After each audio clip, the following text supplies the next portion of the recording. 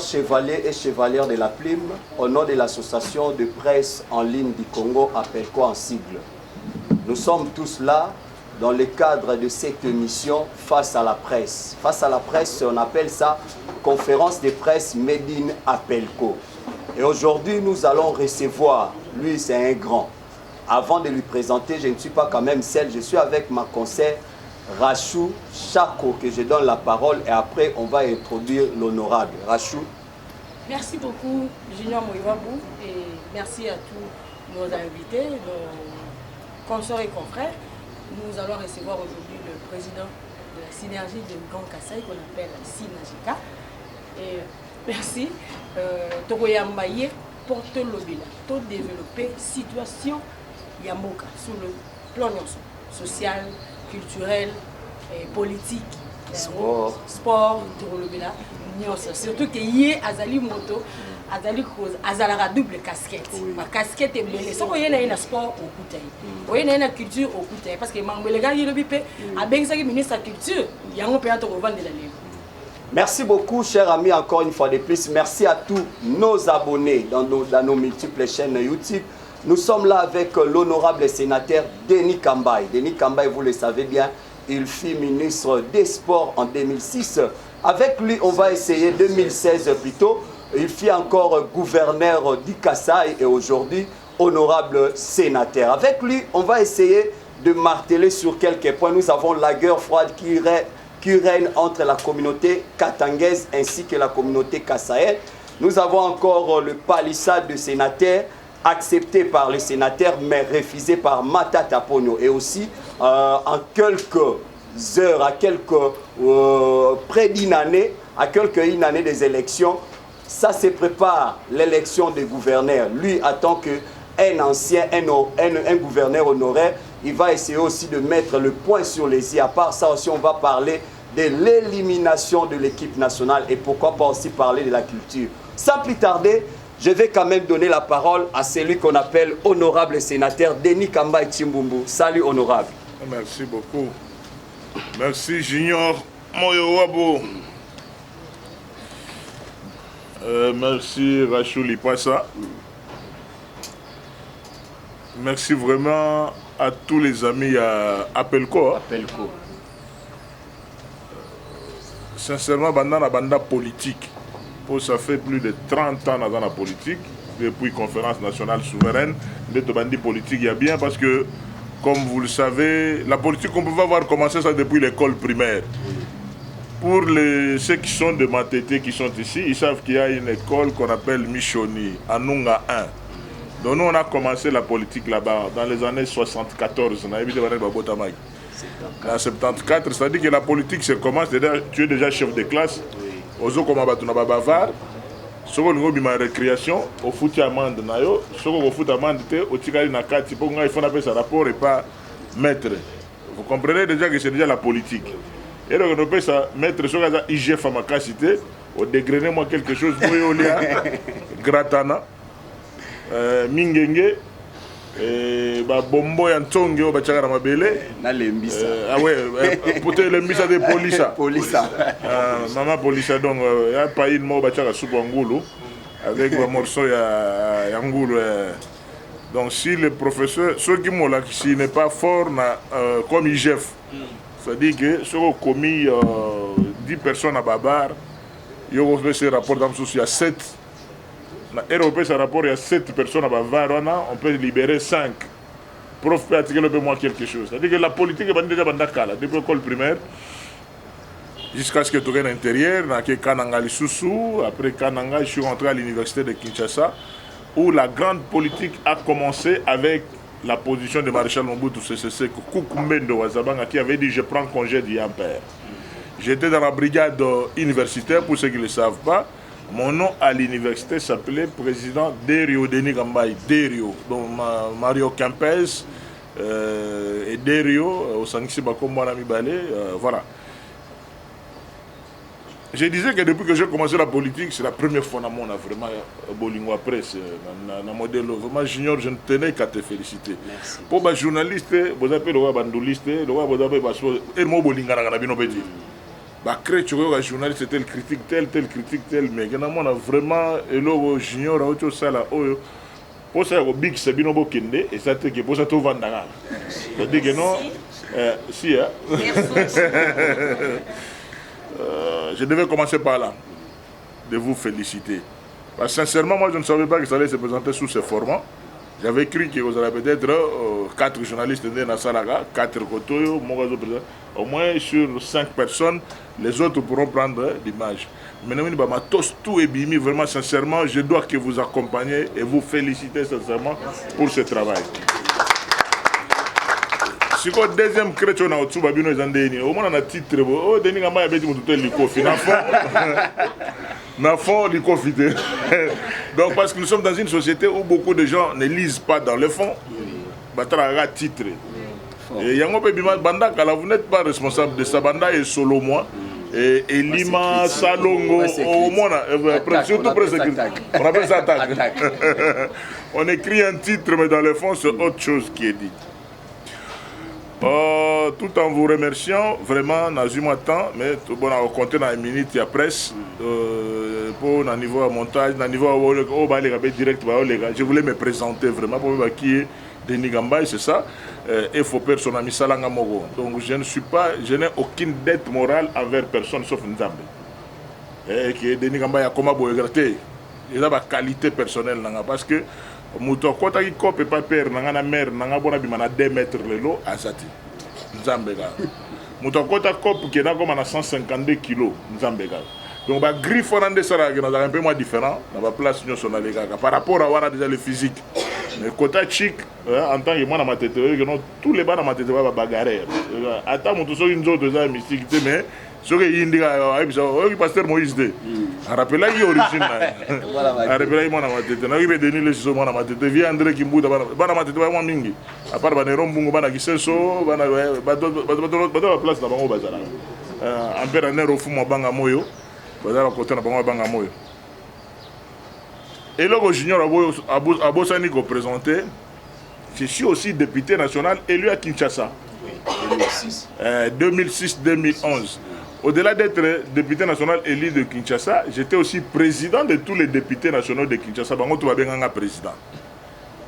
Oya golo ba bien un président à Katala isoka benga Denis Gambaye président. C'est-à-dire que de Tchango en passant par Moamba, Funa, Lukunga, seul via Telemela Inga via Ada Bombole. Oya l'équipe surtout na Likonda. En plus aussi, Nengejiba Yembaye, Marambutu, les grands Saoudiens, mais la alors, vieille Adam, télémagnétiquement opposition, mais on a une stratégie politiquement, on a Benda Palou, camp de la patrie, Bangotu, Bachanga Poa, et l'habillement président, député dans Redec. C'est-à-dire que moi je crée, après moi c'est le délige. Depuis 2006-2011, depuis ton démarrage, on a évité ce qui va député national Kinshasa, qui est le président, mais Pero Dananga président. Et je suis le seul à avoir mis aussi dans la salle de congrès, à un moment, chef de quartier, tout pour parler dans le cadre de vacances parlementaires.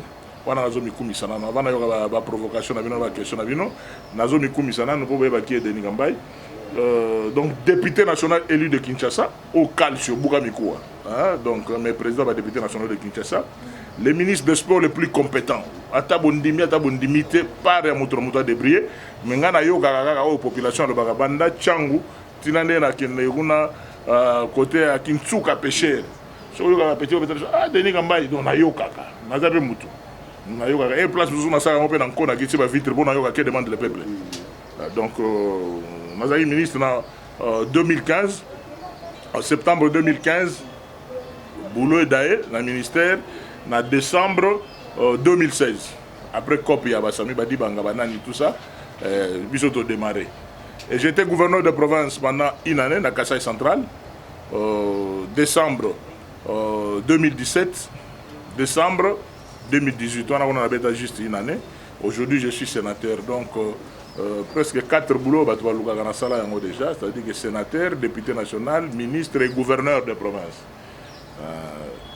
Si vous avez un campus, on a chef de travaux, mais chef de travaux à Kala. Donc, professeur, la politique est en train de nous distraire un peu, mais il faut toujours à l'université pour aller vraiment aussi sur la thèse.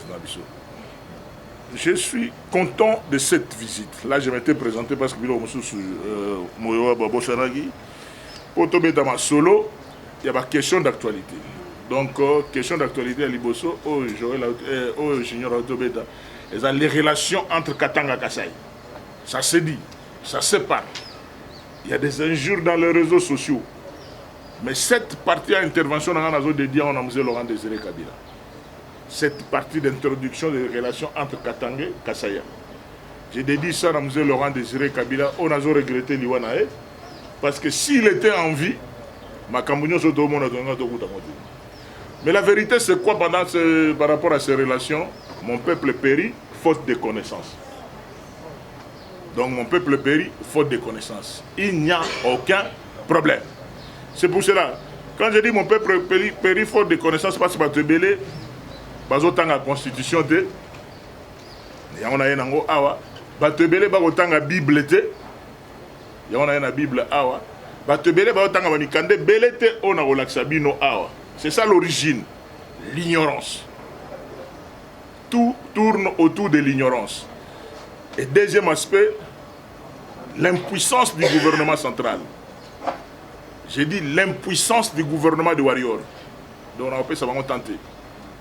Donc l'impuissance du gouvernement de Warrior, aux hommes le chef de l'État qui a quelque part à sali tourner. Et Era Zongi, rien n'est fait. Ce n'est pas le chef de l'État qui doit le faire. Article 91, 92, 93 sur la Constitution, qui est l'exécutif. J'ai beaucoup aimé l'intervention, il y a le premier président de la Cour constitutionnelle quelque part, je vois Edaï Kota Bakassa, on a expliqué tout. Quel est le rôle d'un président de la République, quel est le rôle d'un gouvernement. Il y a un gens qui boudiki non, to betaki libanda, to beti bien te, biso na relation avec FCC cash, parce que to zaï bunga rumba. Quel est le rôle?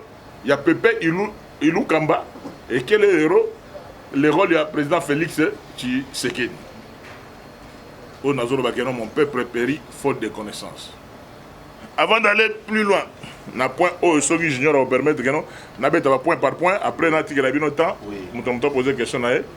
Oyo mukanda au Sogi caméra ba zongo ba komiango de la lutte de libération du peuple Lulua. Et bato batanga mwa livre oyo bakoye bakeno ba relation ezandenge nini makambo ezandenge nini bato batanga kati bato soki baza na soir omonaka zimagie novelas sport non mais kotanga eza mwa mobulu livre ya liboso na recommandé na masolo eza na se yango wana tona deuxième livre épopée de Kalamba Mukenge, naissance du peuple Lulua. Épopée de Kalamba Mukenge. Donc, bato ba une histoire batangaka. Toza a un village Grand Kasaï, et là un village Moloka et Nabiso. Donc, ce qui a aux livres autant comprendre avant, na kota na réponse à opé ça na solo. Troisième livre Eza Yandoyi nanga professeur Kambai Boacha. Intitulé Baluba Jimonaïs. Les baluba bomi mona, bomi yeba, bo utuapi, ezanine, moluba Jimonaïs, Empire Luba. Quatrième livre, on a zanango awa, de la Belgique coloniale et le Congo. Une histoire d'une brique chaude. Batwazo tangati. Yango zomona lelo geno, locataire a como bengana propriétaire. Wazana matoya koyoka. Ayoka. Comme on a locataire, on a propriétaire. Oezali Jonas Munkamba, au gré des vagues, d'une histoire congolaise mouvementée, de 1931 à 1918. soko ozana ta otanga mikanda nyonso te okosenga ta moko otangi ata ne basotaka parti otangi introduction otangi na kati quel est le contenu bachapitre ozo intéressé yo soko ozana ta otanga nyonso te me koyeba o mukanda vraiment nazo recommanda ngo bakongolais nyonso mpona koposer question moko aso moto akorépondre nga so moto arépondre donc ekoma neti chiki nga na poser question moto azwi 20 000 francs na coupure ya sika ya ba 1000 wa sika wana oyo tochangeaka na mwene donc so moto arépondre yango azwi déjà banote komo ye azwi wana question na koposer ngo ya na oshita na osisa pa livre on a recommandé bino les provinces du Congo création démembrement regroupement il y a professeur Adolphe Lumanu Mulenda Wanasef na betela bino le solo la constitution na betela bino le solo la Bible. Pourquoi j'ai regretté la mort de M. Laurent Désiré Kabila? C'est parce que hier a bâti le solo que depuis 2016 et depuis 16e siècle tout ça qui peuple mort. Les Balouba di Kassai, les Balouba di Katanga, même peuple descendant de Ilunga Mbidi et de Kongolo Mwanza, Oyezo Banadon, Kongolo Mwamba donc a Bandi, Ilunga Mbidi et Goloba. Quel a été le testament de Ilunga Mbidi? Bato Mwana Gibiso il y a 2 ans, quand dans siège ngana moninga nanga lisano, nga vekli bien, yé mouto dragon, tar yo moulongo. C'est un Moulouba di Katanga, jeune comme moi, mais ouais, dans la mentalité ya Sika. Différent de la mentalité où il y a Kala, ou bien mentalité, je vais comprendre ce que Tario Moulongo, c'est mon frère. Mais Azal Ndekonanga, on a Tikala la source. C'est pour dire que Balouba Moussoussou et Zalagane des réflexes dans ma kila. Aebi que Ndako Tata Uta et Zawapi, et Zana Kamina. Ndako Tata Uta et Zana Katanga. Côté on a 4 démembrements de Bakita, côté à Kassai, mais source na Bango. Les Balouba, c'est la grande communauté, il y a espace, il y a Grand Katanga, et c'est la grande communauté, il y a espace, il y a Grand Kassai. Mais ce que vous avez un espace à Grand Katanga, la communauté Moussou Ezali. Ce que vous avez un espace à Grand Kassai, la communauté Moussou Ezali. Mais les jours que Bandeko Mibale, Alliance Katanga Kassai, na cadre ya Boulouba et Boukata, bazongi la logique et empire. Oh, M. Laurent Désiré Kabila, si les gens se rappellent, Bokanga Maloba, vieux Étienne à l'entrée de l'AFDEL, il dit, je vais aller voir mon frère et j'ai trouvé qu'il y a des personnes sans qualité qui l'entourent et tout ça. Et c'est-à-dire que son frère du sang, de l'empire Louba, M. Laurent Désiré Kabila, mais qui était entouré à majorité par banani on a autant à combattre pour la diplomatie mais boyebi ka forme na bango mais oh net bisote bon na bomi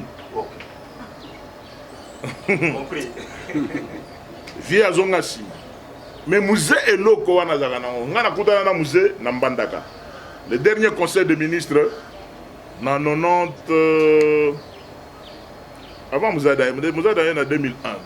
Donc, 98, 99, il y avait un conseil de ministres dans Bandaka, dans Bralima, grâce à protocole.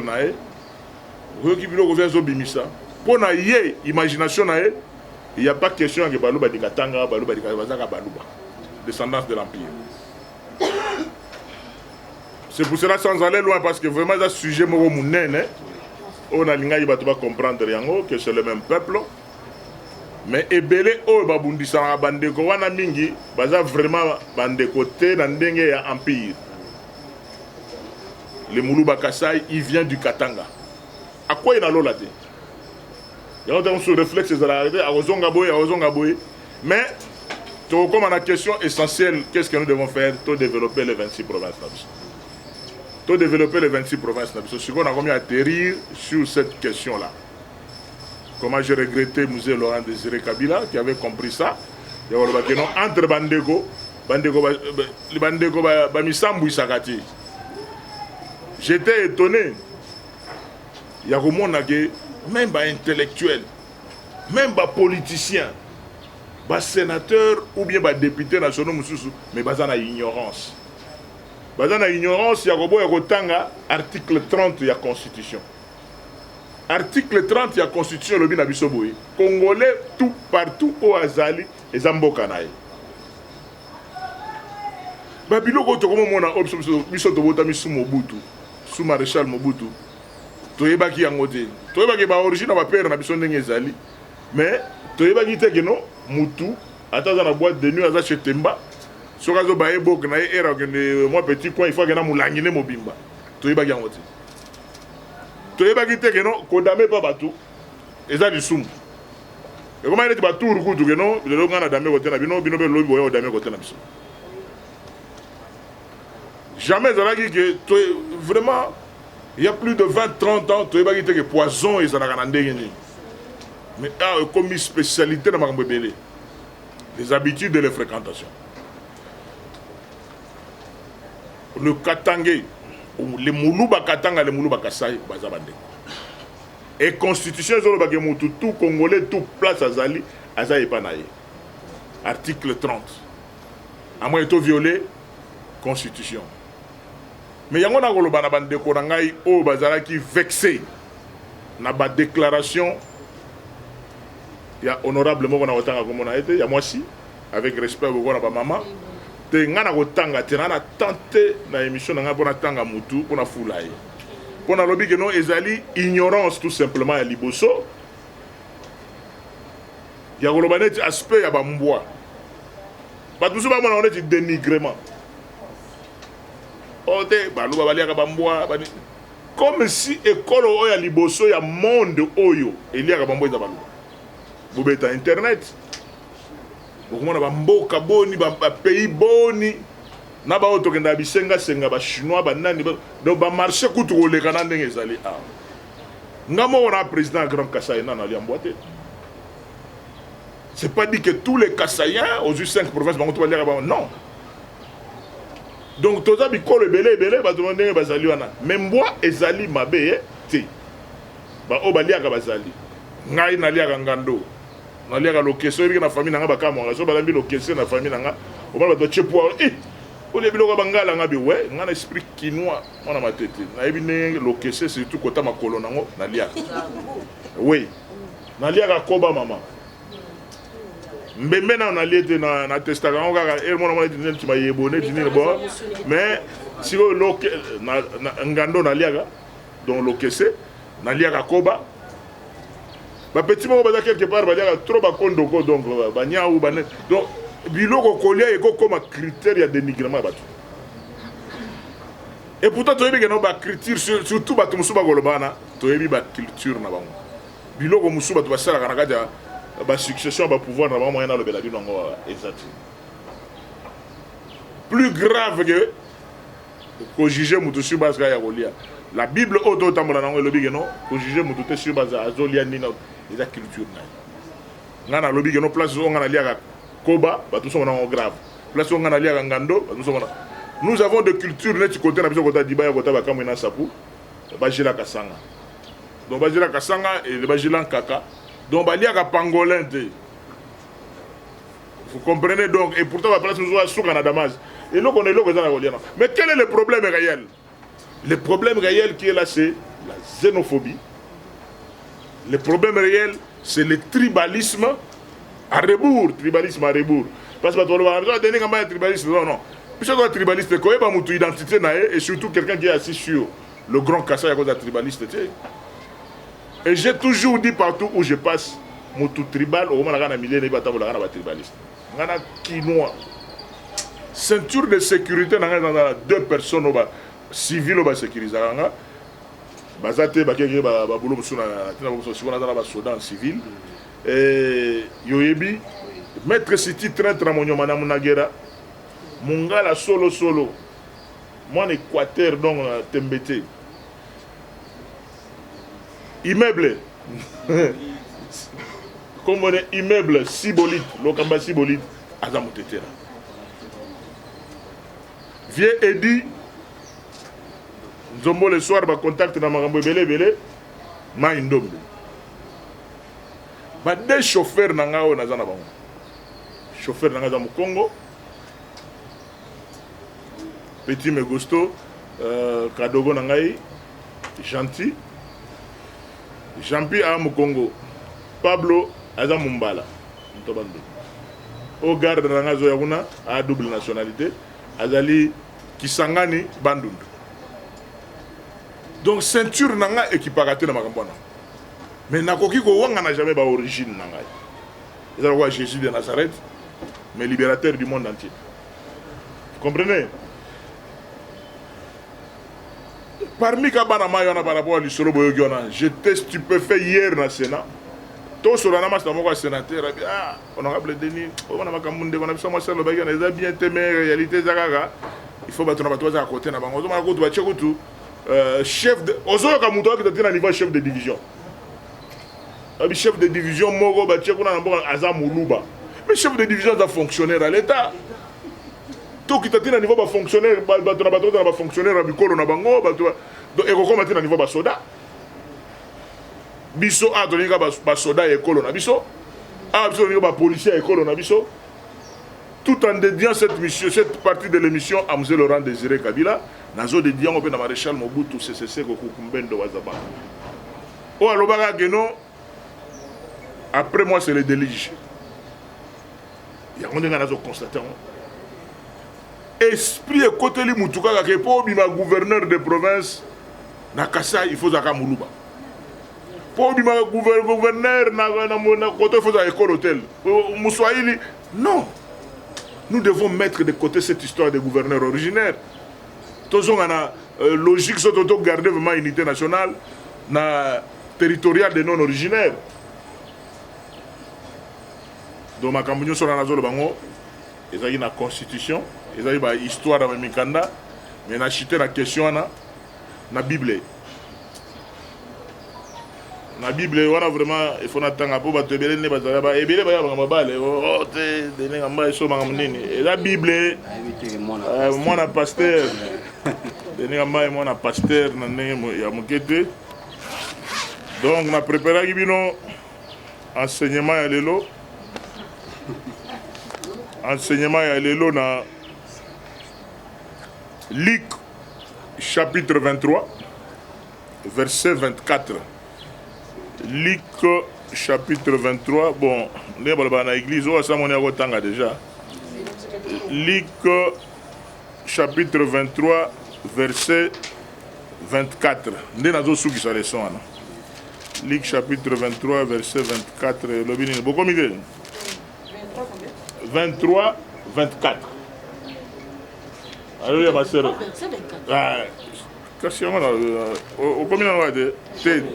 Tanga 34, Tanga 34, c'est bien. Pilate décida de faire ce qu'il demandait. 34, ce qui est dans le 34. Mais Jésus disait, Père. Mais Jésus disait, voilà. Père, pardonne leur car ils ne savent pas ce qu'ils font. Tout point. Est-ce que vous comprenez de la dernière fois? Zambelimbi Sabang. Ah, Kofi Bambero, Katsela Tambero, Zambelimbi Sabango, Te Wenge. Kofi Bambero, Zambalimbi Sabang va éviter. Nous allons conclure à niveau. Zambalimbi Sabang. On n'ira pas à gauche ni à droite. Zambalimbi Sabang. Pour éviter. Matthieu chapitre 5. Matthieu chapitre 5, et là serment sur les montagnes. Au temps du verset 6, 9 à 10. Pour te clôturer le sujet à mon nez. Avant d'attaquer le sujet à mon nez. Oui. Et ceux qui ont faim et soif de justice, puisqu'ils seront rassasiés. Amen. Et c'est toujours comme quand on a mené de place. Bandera maman. Heureux ceux qui ont faim et soif de justice, puisqu'ils seront rassasiés. Merci. Verset 9. On a 10, madame. Heureux ceux qui favorisent la paix, puisqu'ils seront appelés fils de Dieu. Heureux ceux qui sont persécutés pour la justice, puisque le royaume des cieux leur appartient. Donc, Matthieu a conclure partie Yangwana. Na yego suka sigo au sauté malamu na 43 44 chapitre 5 wana. Matthieu chapitre 5 versets 43 et 44 non. Ya suka wana. Vous avez entendu qu'il a été dit, tu dois aimer ton prochain et haïr ton ennemi. Mais moi je vous dis, aimez vos ennemis, et priez pour ceux qui vous persécutent. Na ici première partie on a dédié on a musée Laurent Désiré Kabila na maréchal Mobutu Sese Seko Kukumbendo Wazabanga.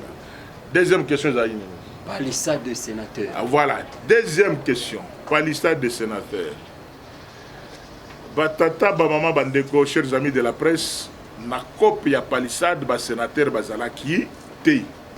C'est vrai que le sénateur a lobby à Limbisi. Mais na kozo maman muke il y a le président en Grand Kassai. Synergie et c'est de Grand Kassai, Synergie Cap. Tant il y a le bagage no ba origine, patrimoine, pour y ba ndengeni na ko bongisa to pe ko lengele siko vandi. Est-ce que ezali sonité que tu retrouver ba Kassai ka kaka na katanga et puis ozali ozalaka ministre, ozalaka gouverneur, ozali politicien munene ozali ko sala le coup de Kassai. Est-ce qu'il y a une sonité pour Kassai lelo surtout d'aller en haut pour ta tête ça nene baza fou fou Kassai ba ok na kata. Est-ce qu'il y a sonité? Et puis de lieu ceux qui te cueillent na nengo lobi que non la palissade elle qui dans les ala qui Voilà deuxième question. Voilà deuxième question. Palissade elle qui dans. So vous poser question mo vous avez belé vous avez bien.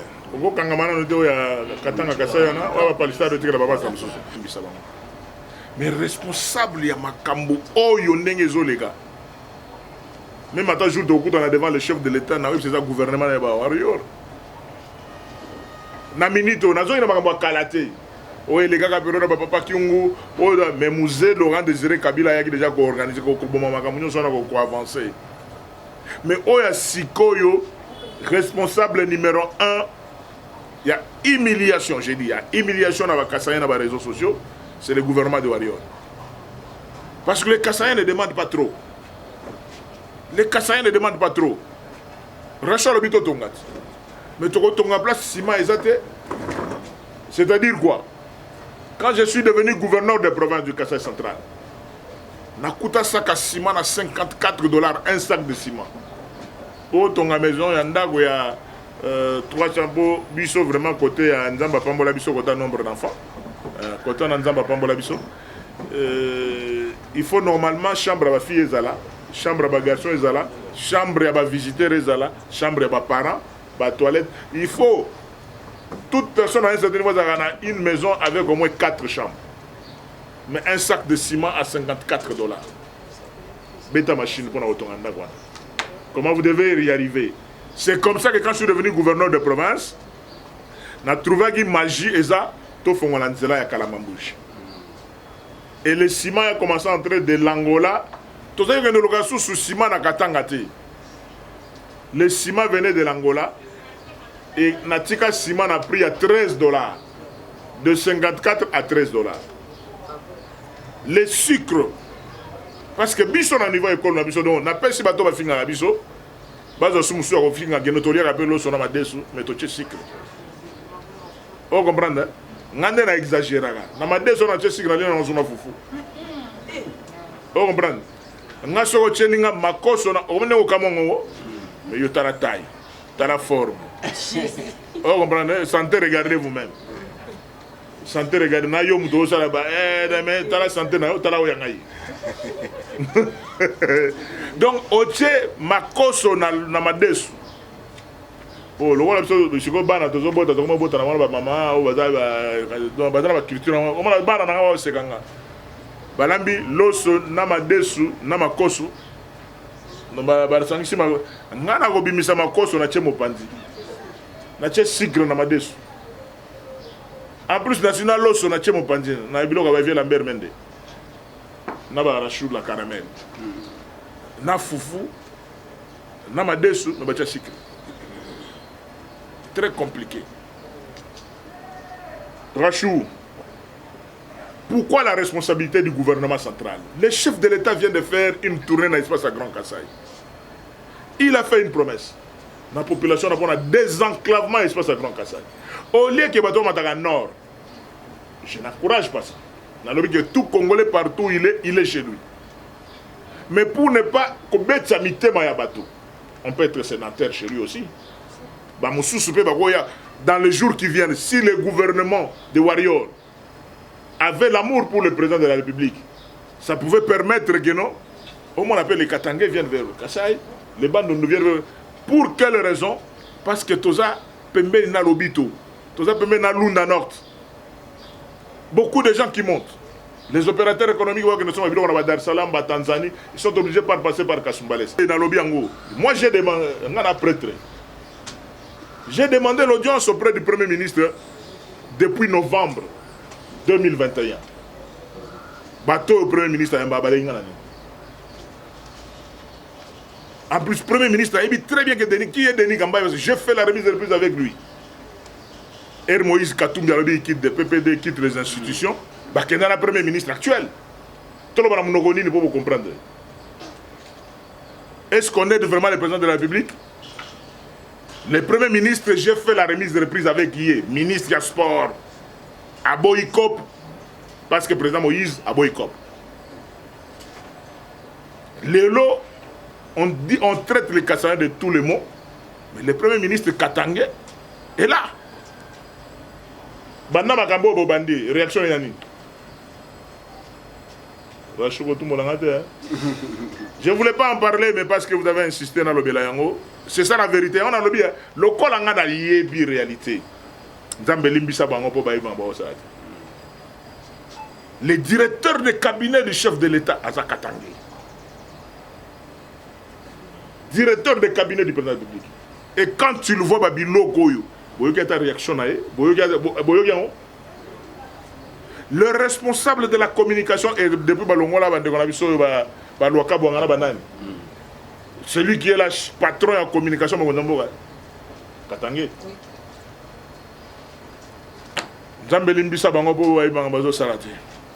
Merci beaucoup. La Bible lit pas ça. On a lobby en Ouara, on a lobby que le Kassaïen ont la capacité à vendre et pas mais le gouvernement de Warrior a aidé pour un désenclavement à Kassai. En plus aussi, Magambo ya l'art. Nzela Oto Sala entre Kamoisha, Kananga Mbujima et Kabine. Les ambongo gouvernement. Comment Mbonga Mindele Bambongo à l'Union européenne? Bambongo ya bad pour la infrastructure. Mbongo ezali. Mais mon thème mabe ya gouvernement au Bokanga Migeno, beaucoup aidé bateau pourquoi? Aujourd'hui les Kassaïens sont humiliés à gauche et à droite à cause de ces gouvernements. Na olingana yo ka réplique ya ministre ni na Woloba. Autour de Magamna Woloba pour Armada on a des cœurs blessés. Pour Mokonzambo donc il est traité, le chef est traité de tous les mots. Mais pourtant, ce n'est pas le président de la République qui exécute. On va signer un document, l'icône de le gouvernement. Mais par ignorance, même certains intellectuels, le président de la République a doit le logoté. Mais le Premier ministre a doit le logoté. Il y a des coins au Premier ministre qui ont aujourd'hui, les martyrs dans tout ça, c'est le chef de l'État. Donc, Bisso, problème, on a besoin de Roloba. Au village, tu peux ce message, au Azanamato Yoka. Alors, président, j'imagine une question par rapport à Obiba Wario Bakosa les logotés. Et aussi, à démission, à destitution du gouvernement, et Wario.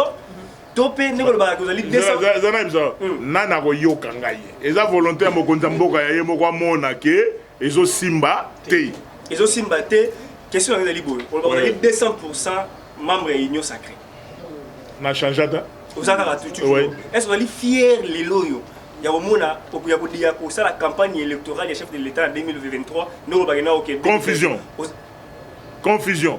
Donc, yozo kende na deux bilogo. Ozo beta ba la deux makolo. Na oza gaucher, droitier, malamo na ba journaliste ba joueur mususu. Na go beto li solo ya gouvernement de Warrior Oyo. Par rapport à Makambo zo le na niveau espace à Grand Qatar. To bande na solo ya Rachou. Par rapport à ce qui se passe là, conséquences nango cause nango zanini parce que le gouvernement ne fait rien. Voilà les conséquences. Ndena beti li solo na. Pour oya ba élection et comme li solo mususu. Élection go yoga manga très bien na octobre 2023. Pour yoga maloba. Peut-être pour ceux qui le Simbi, qui est le ministre, en commençant par le Premier ministre, Sali Obso Togoloba, Banzela et Salemi en urgence. Parce que nous avons chute de 4 mais il y a moyen, moi je vois comment les Chinois, les Japonais, les Coréens fonctionnent. Aujourd'hui, les Kassaïens n'ont rien envié dans le territoire à Tamogoté. Parce qu'ils ont tout. Mais dans Mabélé, non exploité. Si on fait seulement le soutirage du courant sur Chimbu, soutirage de courant à Pamba, avec ces courants-là, on va exploiter. On a tout. Cobalt et Zali, cuivre et Zali, diamant et Zali, fer et Zali. Il y a tout au Kasaï. Mais il n'y a pas de courant. Alors, quelle est la vision du gouvernement de Warior? Quand on a regardé, qu'on arrête. Merci beaucoup, Président. Mais question de l'actualité, vous le lobby. La question. Affaire à François Béa. François Béa, qui a beaucoup d'irrégularités. Oui. Et Yom te confirme bon? Oui, l'avocat est collectif, avocat est Naza porte-parole à l'avocat a été Zana, ils ont vieux François. Oui, mais tu vas mettre sur vieux François. Bazakou, attends 1 mètre de famille. Naza petit naï. Il y a même territoire, même secteur. Une de ses grandes sœurs, Azalaki, madame, épouse, il y a des fins grands frères dans une salle accueillis. Mais le problème qui est là, il faut que les gens me comprennent. Je suis président du Grand Kasaï. Je vais réagir, je vais député, je vais sénateur Moussoussouté. Parce que je connais la mentalité kassaïenne. Je vais dire que il est du Kasaï central. Kabunde, François Béa, Yango Logo, le président Félix, Adam Moulouba du Kasaï oriental. Je connais ce jeu-là. Et on a vu pour ne pas tomber dans ces pièges, on a dit non, justice à Salam Salangaï. Donc maintenant, nous croyons que la partie a enquête c'est Sili. Et comme ils sont préparés d'un jugement, nous allons être là. Et les gens qui nous verront, toquer prison, ça vient pour le moment, tout le monde est jugement. Jugement, c'est la responsabilité et Zandéni. Mais je ne veux pas tomber dans les pièges. Il y a des sensationnels, il y a des choses dans la relation de la vie. Justice, c'est ça la Nous, on est là, on va accompagner que la vérité est établie au grand jour. Alléluia. Doriana. Doriana Isamba et Arco News. Question par rapport à Jeep Palisade. Oui. Lobby de Matata Ponyo abimisaki yango publiquement. Oui. Mais alobaki que eza 40 millions de dollars et na mbongo wana bakoki kotonga 4 universités, bakoki kotonga 400 écoles, bakoki kotonga 4 grands hôpitaux. Est-ce que à Salimabé peut aujourd'hui Nambo Cannabis Otomoni tous la problématique ya ba école mais tous on a ba député ba pourquoi ba jeep ba kozwa ba sénateur ba ba jeep o est vraiment très coûté tandis que population aza ko bénéficier de leur côté na part ya Matata Ponyo o abimisa ki makambo za ki public abimisa en public est-ce que Salimabé to ba jeep ba ko pesa bino mo ko tia mon intérêt à population question na Motuna kitoko maman. Na présentation de fait nanga na voye kokota na mama solo ya ba polémique. Topesi mo konzamboka merci pour na don ya ba palissade, oza ba focar. Ba palissade oza ba focar parce que il est différent na ba car tozwaka déjà ba 2000 ba patrol tozwaka na 2006. Et il a libendé. Ou bien ba Prado TXL tozwaka na 2016. Il a vraiment ma bendé.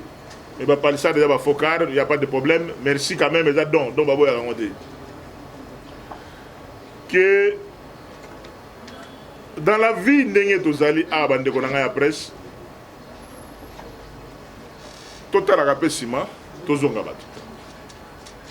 Tala sima zonga batu. Les autres causes à donner des leçons. C'est ça la politique à la congolaise. Somme doit n'a copte a commis donner des leçons. Mais on ne sait pas être donneur de leçons. Nabo une interprétation à Malobato Goloba. Les autres va donner des leçons pour la constitution de l'école. Mais tu vas gérer pendant 10 ans la structure au place du code de Bimara. Il faut que tu aies l'école, tout ça, tout ça, côté. Les autres va biso tout. Mais ceux qui n'ont pas de l'autre, les lots, les lots, comment va ridicule côté tel il y a courant bana il va blocage aussi à chute de Kateli to bomiga un peu mutra ndenge na maman c'est ce que je voulais dire ouais bien j'ai beaucoup aimé les ginanga Thierry Mosenepo les gars, la chaîne, moi, le vraiment que dans la vie, Moutou a fait sa conseil, et ça, on a géré. Mais Moutou a géré, tu retournes à gué. Merci. Si vous avez Libana Masoro, il y aura un conseil. Voilà. Merci beaucoup. Tu es de l'autre côté. Oui. Merci beaucoup, Président. Tu as l'examiné de Boka, tu as Oui. un débordement. Et comme Mangoto, journaliste dans HD, la Congolaise TV. Voilà. Président Denis, Ouais. nali ko tuna yo awa lokola mutakasa ite. Mais non tuna yo parce que dans sénateur, quand on parle de sénateur, c'est-à-dire que pour la République. Exactement. Mais avant les cas, nali ka koloba. Ata to zalaki bana mike, lobaki politique to bana on to zabana mike. Oui. To bana pe retourna maboti pour nani ba PDG ba zora mituka. Bana ko expliquer peut-être ko PDG alonga malamu na ndako na yakoma. Exactement. Ndenge moko na ba sénateur na ba député na biso, quand ko ne lobela biso faut pas na moyen ya transport oyo ko mima bango ba koma po ba lobela biso. Exactement. Voilà. Mais yango penda mutuna na ngai te. Tuna na ngai na yina tuna na zongi mo mukesima. Likambo etali e bakasa yen ko kene na katanga. Siko nde to komi koyoka ekolo mususu pe ekomi ko déclarer likambo wana. Mabele na bango. Fuka ka bango. Wana to komi koyoka sikoyo. Mais mutuna na ngai zali pourquoi makambo ya ko welela ka bamboka? To komona batu moko boye balingi no bazala indépendant toke likambo ezalaka ya bango toluka moko pa bande kuna biso bakatange isa mwa mutu netungisa ngai na ebite na bila tuni lokola sénateur donc c'est à dire que lokola mutakasa ite mais lokola mutu eza molobeli ya ba congolais pourquoi bande kuna biso bakatange bamona kaka que non bango nde kaka bango nde bakoki kosala république na bango bango nde bakoki kosala kaka bango bango nde bakoki kodiriger est-ce que ça va loko mona kati wana te nde loko ngali na ibama merci beaucoup. Merci beaucoup. Sans faire de polémique,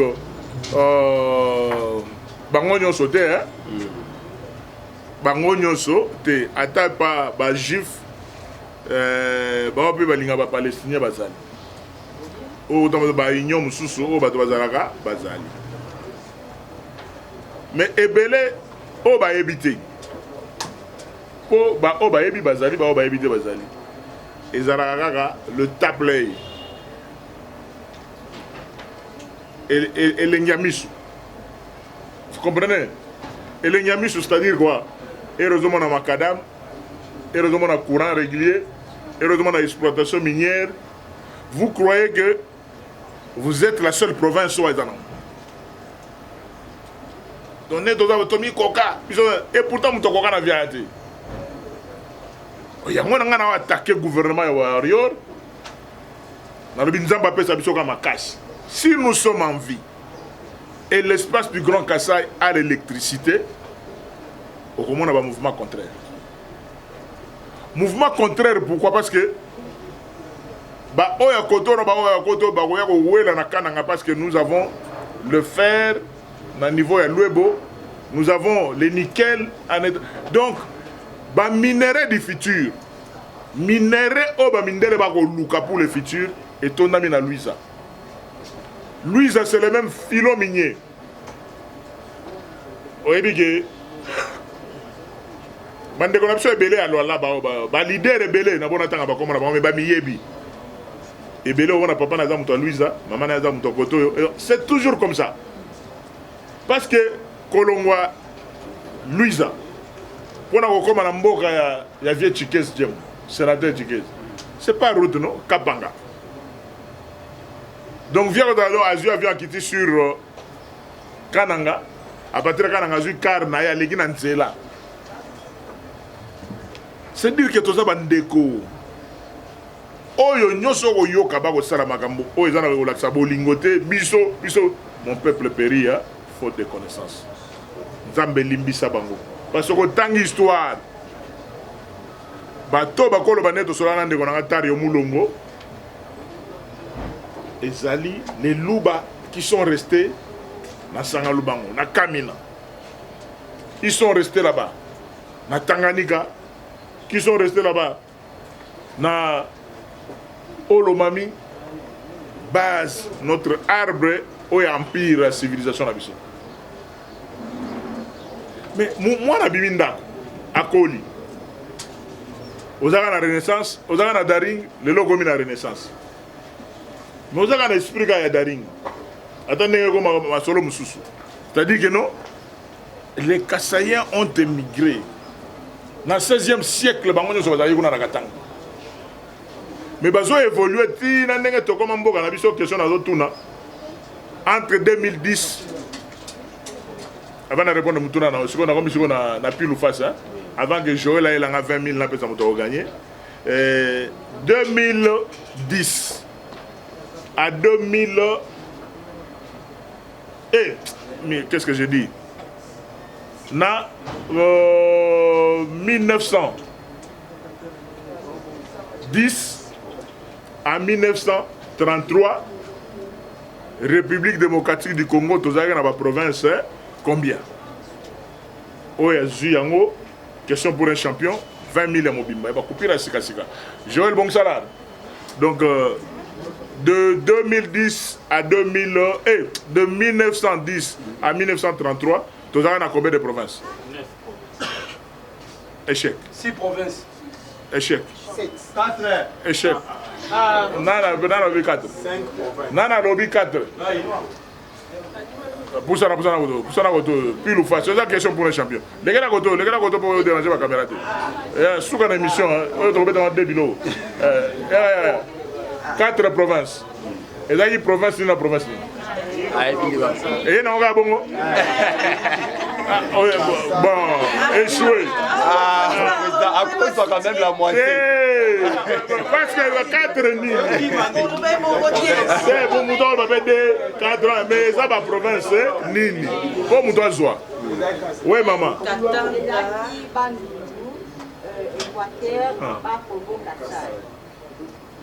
A échoué. C'était Katanga. Oui. Katanga, Mokivu, Oui. Kassai et... Échec. Nana a gagné. Oui, tata. Équateur. Oui. Les Grands Katanga. Oui. Bandundu Congo central comme province Moko. Kassai. Chico Ozaïro, tu vois. Ozaïro a Samaïne Équateur. Ou échoué. Bon, donc, question facile, n'a pas sa réponse. Bon, dernier. Province orientale. Oui. Kassai. Ouais. Grand Katanga. Oui. Et puis, Congo central, c'est là. Oui, échoué. Donc, la réponse est dans ce livre ici. Bino va t'appeler ma casse na Google, bon peut-être na Google na bino, va peut-être bino déjà réponse. Bon se retrouver que non, bon rater 20 000, na bon bien on va servir ngana ma mususu. Alors on a mutogia, et on va servir ngana ba cop mususu 20 000 et belé na ba couper la sika. Donc voilà les 4 provinces oyo to bandaki nango. Avant to comme la découpage il y a 6 provinces, to comme ba 11 provinces, to comme ba 26 provinces. Le premier découpage territorial est Zaraki, la province de l'Équateur. Grand Équateur. C'est-à-dire que non, Congo est divisé dans le monde dans la logique à croix. À terminer à 1, 2. Côté morceau monde à côté gauche Licolo, comme on a Équateur. Au morceau mususu à Gaillard à côté comme on a oriental. Morceau mususu ya sekoto comme nango Katanga. Grand morceau ya koto comme nango Congo Kassai. L'unique province du Congo Kassai. Alors la province du Congo Kassai reprenait Congo central Otoro-Bazelo, Kisasa, les grands Bandundu et les grands Kassai. Nous sommes informés province unique. Il y a un moment vie Kassavu Bazayo Longo Kota Boma, azoke notanga na grand séminaire ya Kabwe. Mais là sur les autres baké na banzela nini, banzela on va babélé cantonnage manuel. C'est-à-dire, il y a un moment où les Congo na baluba babota mingi entre bango, surtout que na niveau ya boma, au moins que baluba au moins lokola banoko bazalaka. Bana bazo me bazo appartenir ba mère na bango. Siko biso côté na biso bana va appartenir na ba père na bango. On comprend pourquoi on a respecté la mingi de mon antenne. Donc c'est mon oncle. Longiankong. Donc c'est un peu ça la réalité que non. Moulouba, Mukongo et Kinshasa, c'est la même chose. Nandenga découpage n'est pas est plus proche aussi de l'Angola. Et on a Balunda Nord, on a la même culture, on a Louisa, c'est pareil. Denis Kamba yaza moko ya mwana ve à vie. Même makamboleki na Léopard, même makamboleka na V Club. Au V Club, au manager V Club, au mema vite à tina finale. Et comment na finale batrika yo ba rumeur tozwa ka balobi ke oza Kasaye. Batrika nga bongote, zela te, batrika nga bongote. Batrike nga na ke bandundu. Oui. Na ke mboka ba indien ka banku. Na ke kenge, na kenda partout. Bolobi ke vite te ki pa bayaka. Oui. Mais solo na bayaka, ba fungola mitema. Na solo ni nazu ba engagement. Balobi ke bo tambola ndenge za bon, nzela na bino coupe na bino bo zongo boy. Quelque temps après la résidence en général, namoni docteur Noah a comme ça théorie moko eza na nzela te. Oh non, il faut to sanctionner tout mais bozo ke no sanctionner obe mina ko muto da ring pourquoi? Oh mata ta bonne. Non, pas comme côté ça papa. Ba les daki ndoki. On a vu sur la chaîne belé l'honorable sénateur Denis Kamba a parlé. Yope mutomoni ke okoye ko sala droit de réponse au contre makambo ya lobby. Quand cela n'était on est là droit de réponse exacté. Ceux qui nous ont lobby que non, Denis Kamba a feinté débat contradictoire. Débat contradictoire droit de réponse exacté. Oui. Oya moni que Denis Kamba makambo lobby a feinté. Ou bien lobby lokuta a rencontré nga devant presse. Au lieu que ndekuno couper parti banda ko tonga te, je suis prêt. Oui. À tout moment que ceux qui makambo na lobby a vrai yo yaka awa devant presse o dans courage ya kolobelanga en face koto ngana sima mukongote ya gimbila te o ngana lobi je confirme ça et je signe que na lobi vérité sur vérité. Merci beaucoup. L'association de presse en ligne du Congo appelle quoi en sigle Toza awa kaka pona ko servir bino. Monique aux un message aux à la politicien, aux à l'artiste, aux à domaine nyos aux à ko exceller, ko hésiter te au contacter au na page nabiso. Il y a Facebook, au Betty Association de presse en ligne du Congo, bah appel-co en sigle. Donc, contactez Bisso, ce n'est pas un problème. Ou soit, na ba chaîne Nyon sur Boromona, ba vidéo na Bisso, contactez Bango, bah kola qui sait le lenge nini, au kokiko koma, et si Kabiso tozali. Quant à moi, je dis grand merci à tous les chevaliers de la plume. D'ici là, portez-vous bien. À la prochaine numéro. Bye.